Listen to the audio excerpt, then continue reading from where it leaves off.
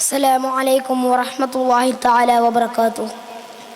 بسم الله والحمد لله الصلاة والسلام على أشرف رسول الله وعلى آله وصحبه أجمعين أما بعد. ബഹുമാനാദരവുകൾ നിറഞ്ഞ ഉസ്താദുമാരെ, എൻ്റെ പ്രിയപ്പെട്ട മുത്താലിം സുഹൃത്തുക്കളെ, ഞാനിന്ന് നിങ്ങളോട് സംസാരിക്കാൻ ആഗ്രഹിക്കുന്ന വിഷയം ലഹരിയെ തുരത്താം എന്നതാണ്. ഇന്ന് നമ്മുടെ സമൂഹം നേരിടുന്ന ഏറ്റവും വലിയ വെല്ലുവിളികളിലൊന്നാണ് ലഹരി. ഇതൊരു വ്യക്തിയുടെ പ്രശ്നമല്ല, ഒരു കുടുംബത്തിൻ്റെയും സമൂഹത്തിൻ്റെയും പ്രശ്നമാണ്. ലഹരി ആദ്യം മനുഷ്യനെ ആകർഷിക്കുന്നത് സന്തോഷം തരാമെന്ന വാഗ്ദാനത്തിലൂടെയാണ്.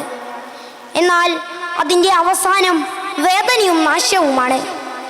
ആരോഗ്യം നഷ്ടപ്പെടുന്നു, ബന്ധങ്ങൾ തകരുന്നു, ജീവിത ലക്ഷ്യം തന്നെ മങ്ങിപ്പോകുന്നു. ലഹരിയിൽ അകപ്പെട്ട ഒരാളെ നാം തള്ളിക്കളയരുത്.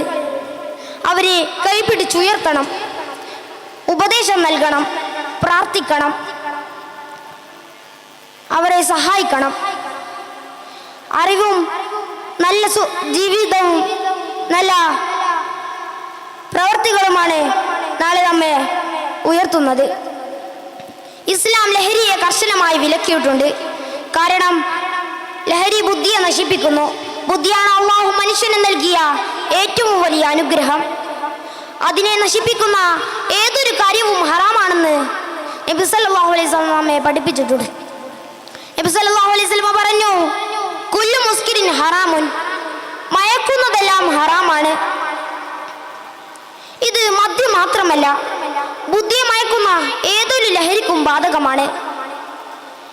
ഇസ്ലാം മനുഷ്യനെ ബോധമുള്ളവനായി ഉത്തരവാദിത്തമുള്ളവനായി ജീവിക്കാനാണ് പഠിപ്പിക്കുന്നത്. യുവാക്കളെ, നിങ്ങളുടെ ശക്തിയും സമയവും കഴിവുകളും നിങ്ങൾ ലഹരിക്കായി കളയരുത്. ശുദ്ധ ഖുർആനിൽ പറയുന്നുണ്ട്, യാ അയ്യുഹല്ലദീന ആമനൂ ഇന്നമൽ ഖംറു വൽ മൈസിറു വൽ അൻസാബു വൽ അസ്ലാം റിജ്സും മിൻ അമലി ശൈത്താനി ഫജ്തനിബൂഹു ലഅല്ലകും തുഫ്ലിഹൂൻ. തീർച്ചയായും ലഹരിയും ചൂതാട്ടവും വിഗ്രഹാരാധനയും ഒരു ലക്ഷണം നോക്കലും പിശാചിന്റെ ദുർബോധനവുമാണ്. അതിനാൽ തന്നെ നിങ്ങൾ അതിനെ ഒഴിവാക്കൂ, നിങ്ങൾ വിജയിക്കും.